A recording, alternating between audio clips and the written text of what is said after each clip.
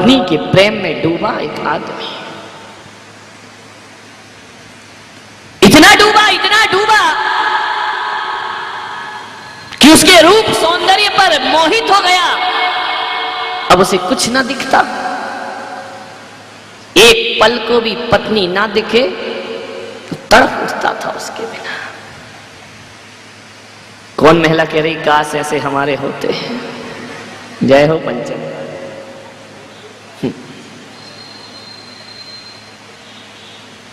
बहुत प्यार में डूब गया पत्नी के। एक दिन पत्नी पीहर चली गई, बहुत रोया कि तू मुझे छोड़ के मत जा। पत्नी ने कहा यार तुझे शर्म नहीं आती है? इतना तो मैं अपने माँ बाप को छोड़कर आई, जब नहीं रोई जितना तू रोता है। बोले देख रत्ना, तू लौट के कब आएगी? तू जानती है मैं तेरे बिन ना रह पाऊंगा। रत्नावली ने कहा कि थोड़ा धैर्य रखो, मैं जाऊंगी कहां, लौट कर तो यहीं आऊंगी। नहीं रत्ना, तेरे बिन जीना मुश्किल है। विचार करिए, सोचिए आप। बोले कि रत्नावली मैं तेरे बिन नहीं जी सकता हूं। रत्ना ने कहा धैर्य रखो, दुनिया क्या कहेगी। मैं जानती हूं कि तुम मुझे प्राणों से ज्यादा प्यारे हो, लेकिन थोड़ी समाज की व्यवस्थाएं भी देखना पड़ती हैं। मुझे पीहर जाना होगा। चली गई पीहर। बरसात के दिन, अमावस की काली रात, 12 बजे रात तक सो ना पाया। 12 बजे रात को भागा ससुराल की तरफ।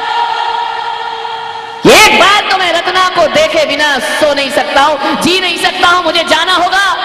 मूसलाधार बारिश, वो कोई दिल्ली तो थी नहीं कि पूरा चौमासा बीत जाए और पानी को तरस जाए। वहां तो मूसलाधार झमाझम बारिश हो रही थी। अमावस की काली रात, बिजली चमक रही है। दौड़ा भागा, भागते गया। क्या देखता है कि नदी उफान पर है। सावन भादों की बरसात और नदियों का उफान, तटों को तोड़ करके बह रही है नदी। देखा कि मुझे जाना तो जरूर है, लेकिन जाऊं कैसे? रात को 12 बजे कौन मुझे उस पार करेगा? नदी पूरे जोश में है, नदी पूरे उफान में है। हाव देखा ना ताव। ध्यान रखना, जब भीतर प्यास जगती है, लगन लगती है, तो फिर कुछ भी दिखाई नहीं दिया करता है। अरे भूख न देखे जूठा भात, प्यास न देखे धोबी घाट, और नींद न देखे टूटी खाट। ध्यान रखिए, प्रेम जग गया रत्ना के प्रति। क्या देखता है? वो दूर नदी के किनारे कुछ नाव है। बैठा, नदी पार करके उस पार पहुंच गया। जैसे ही उस पार पहुंचा, 12-1 बज रहे हैं, सन्नाटा है पूरे गांव में। कोई बहुत बड़ा शहर ना था वो।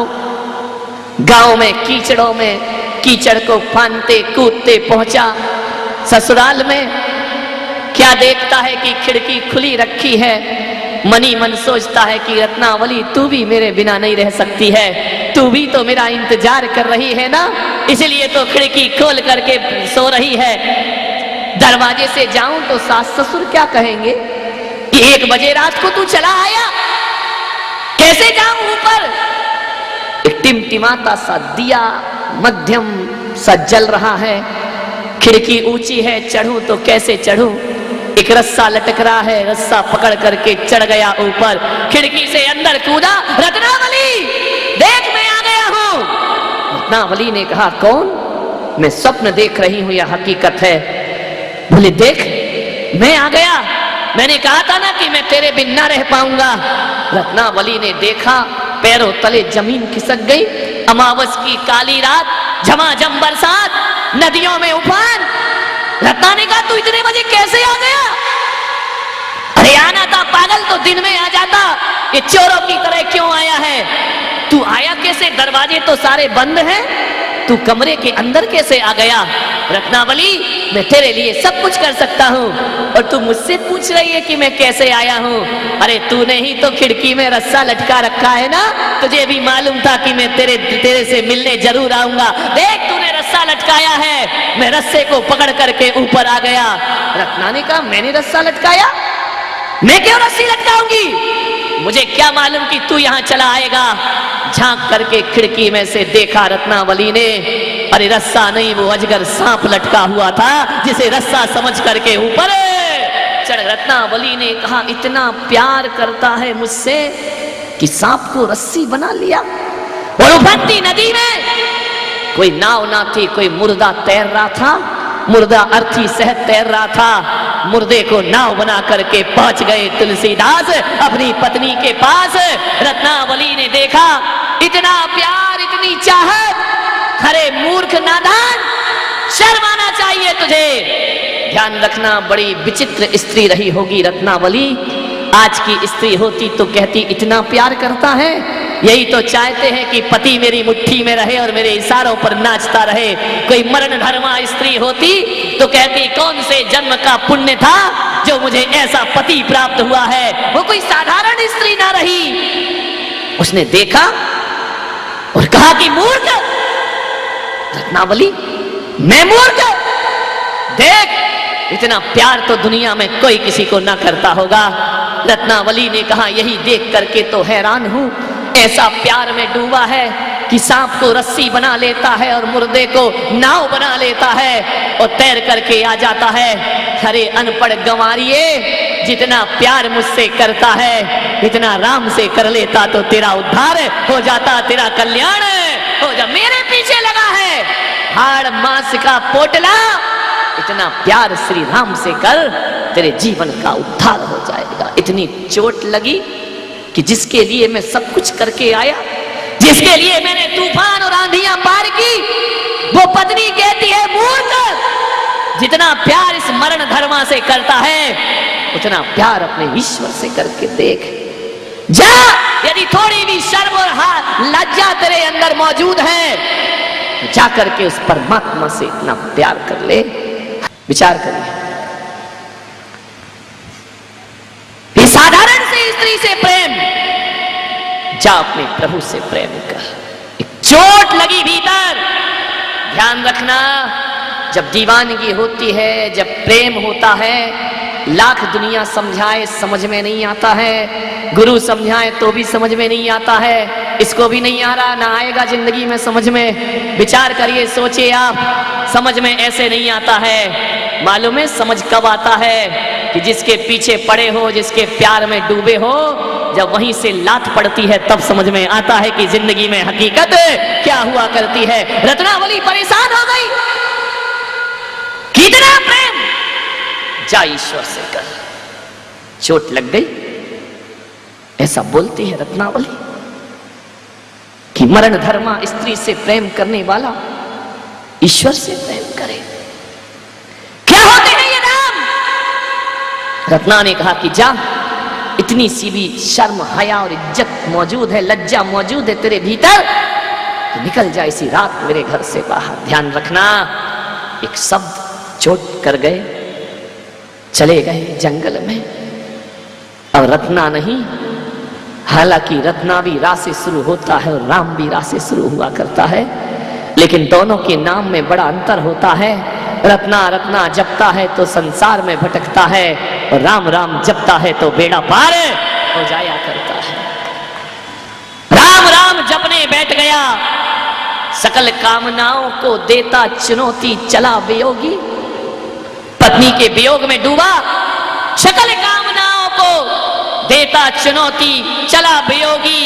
काम कामना और कामनी से निंदित होकर उपयोगी। बुझ जाती हृदय की प्यास, अगर गले लग जाती रत्ना, तो कैसे होते तुलसी हुलसी सुत तुलसीदास, अगर मिट जाती प्रेम पिपास। ध्यान रखिए, विचार करिए आप, राम राम जपा। जो तुलसी नहीं जानते राम को, एक दिन तुलसी ऐसे हुए कि तुलसीदास से पूछा कि राम मिले या ना मिले, आप क्या बने अपने जीवन में? तो तुलसीदास ने कहा कि तुलसी तुलसी सब कहें और तुलसी बन की घास। तुलसी तो एक पौधे का नाम है। अरे तुलसी तुलसी सब कहें और तुलसी बन की घास, और हो गई कृपा राम की तो बन गए तुलसी दास। ध्यान रखिए, सफलता है पत्नी के वचन ने जीवन को मोड़ के रख दिया। अरे जीवन को बदलने के लिए पेड़ से टूटा हुआ पीला पत्ता वो भी तुम्हारे लिए ब्रह्म वाक्य बन सकता है। और कभी कभी पीला पत्ता और मुर्दे और गुरु तो छोड़ो, कभी ऋषभ देव के लिए अप्सरा नीलांजना की मृत्यु ब्रह्म वाक्य बन करके खड़ी हो जाया करती है। कौन सा वाक्य तुम्हारे जीवन को बदल दे, कुछ कह नहीं सकते। सफलता की श्रेणियों पर चढ़ना है, सीढ़ियों पर। हर व्यक्ति कामयाब होना चाहता है, लेकिन कभी देखा है कि तुलसीदास ने कामयाबियों के लिए ऐसा जुनून पैदा किया कि सांप को रस्सा और मुर्दे को नाव समझने का संघर्ष भी उन्होंने सहन किया। संघर्ष के बिना कामयाबियां कभी नहीं मिला करती हैं। सफलताओं की सीढ़ियां को चढ़ना है, कई बार गिरते हैं, कई बार उठते हैं। मेरे भाई, आप भी यदि अपने बचपन में चलना सीखे हैं तो एक बार में चलना नहीं सीख गए हैं। कई बार घुटनों के बल चले हैं, कई बार गिरे हैं, कई बार मुंह टूटा है, कई बार टकराए हैं। तब जाकर के उंगली पकड़ के गाड़ी पकड़ के चलना सीखा है, तब जाकर के आदमी के पैर मजबूत हुआ करते। कामयाबी, सफलताएं आदमी का जन्म सिद्ध अधिकार नहीं है, ध्यान रखना। मैं नहीं मानता हूं कि सफलता आदमी का जन्म सिद्ध अधिकार है। और ये जन्म सिद्ध अधिकार नहीं, ये तो कर्म सिद्ध अधिकार हुआ करता है। जो कर्म करता है, जो पुरुषार्थ करता है, उसे ही जीवन में सफलता मिलती है। अरे ध्यान रखना, आदमी सफल या असफल किस्मत से या बदकिस्मत से नहीं होता है। आदमी सफल और असफल जब भी होता है तो आदमी अपनी तैयारियों से होता है, अपनी लगन और अपने उत्साह से जीवन की ऊंचाइयों को प्राप्त किया करता। ध्यान रखना है, लकीरों में मत तलाशो किस्मत को। करो सकल पदार्थ या जग माही, कर्महीन नर पावत नाही। कुछ तो करना होगा। धर्म योगी नहीं, अब कर्म योगियों की जरूरत है इस दुनिया में। हम श्रवण संस्कृति के लोग हैं और श्रवण का अर्थ होता है जो श्रम से लक्ष्य को प्राप्त करता है वो श्रवण कहलाया करता है। हम भाग्य से प्राप्त नहीं करते हैं, जो कुछ मिलता है परिश्रम से प्राप्त हुआ करता है। श्रम करो, परिश्रम करो, सफलताएं जरूर मिलेगी। एक बात हमेशा याद रखना,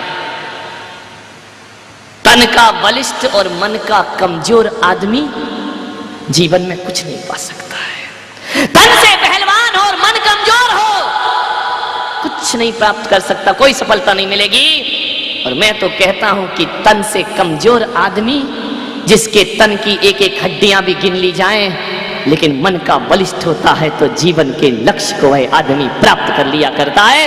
तन नहीं देखा जाता है, यहाँ तो विल पावर देखा जाता है, आत्मविश्वास देखा जाता है। कौन कहता है कि एवरेस्ट की चोटियां कोई हिलेरी अपने पैरों से चढ़ता है?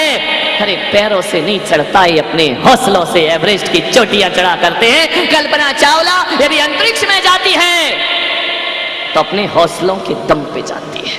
मान्य ध्यान रखें, मन बड़ा मजबूत।